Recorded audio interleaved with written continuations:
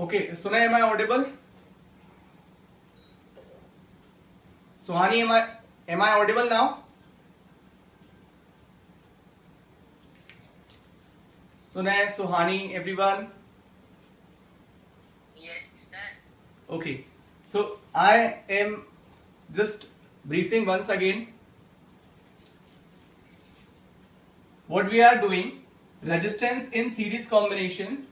This derivation we are doing, and in the resistance in series combination, we have to prove that whenever the resistors are connected one after the other, one after the other means like R1, R2 and R3. These three resistors you can see, these three resistors are connected one after the other. So what is the total resistance when you connect the resistors in this way? This combination is called the series combination of resistors. So now we have a derivation. This derivation you will have to learn, and this derivation will at last tell you that this is the total resistance, and this total resistance is equal to the sum of the individual resistances, like RT equal to R1 plus R2 plus R3. So now how to prove this? So it's very simple. Simply we will connect the resistors R1, R2 and R3 in series. After connecting these resistors in this particular combination, we will draw a battery and the switch in the circuit. We will make the direction of current. The current starts flowing from here, and throughout the circuit there is a one current I is flowing. So in that you will connect the different voltmeter at different places.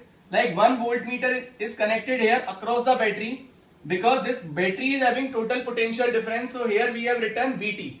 VT means the total potential difference that is provided in the circuit by the battery. Now what about V1? V1 is the potential difference that we are getting across the resistance R1.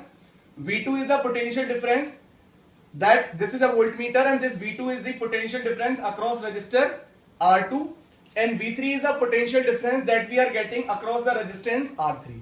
Now in this same thing, whatever I am explaining in diagram, the same things are told here.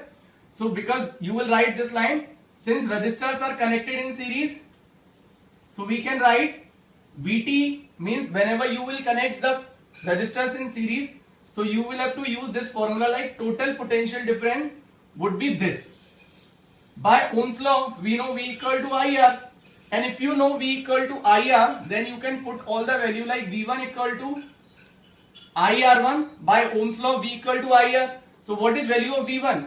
V1 means the current flowing through the resistor and multiplied by the value of resistance. So V1 equal to IR1, V2 equal to IR2, V3 equal to IR3, and what about this? This total current multiplied by total resistance. So we have these all values, and these all values I am going to put in the equation 1. So when you will put these all values in equation 1, this would become Vt equal to IRT, V1 equal to IR1, V2 equal to IR2, and these value we have put here.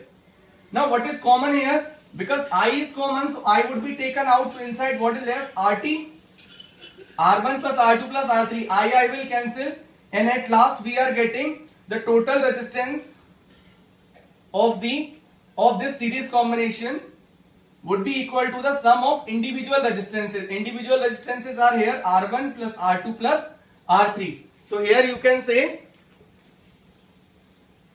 this is the equivalent. This is the equivalent resistance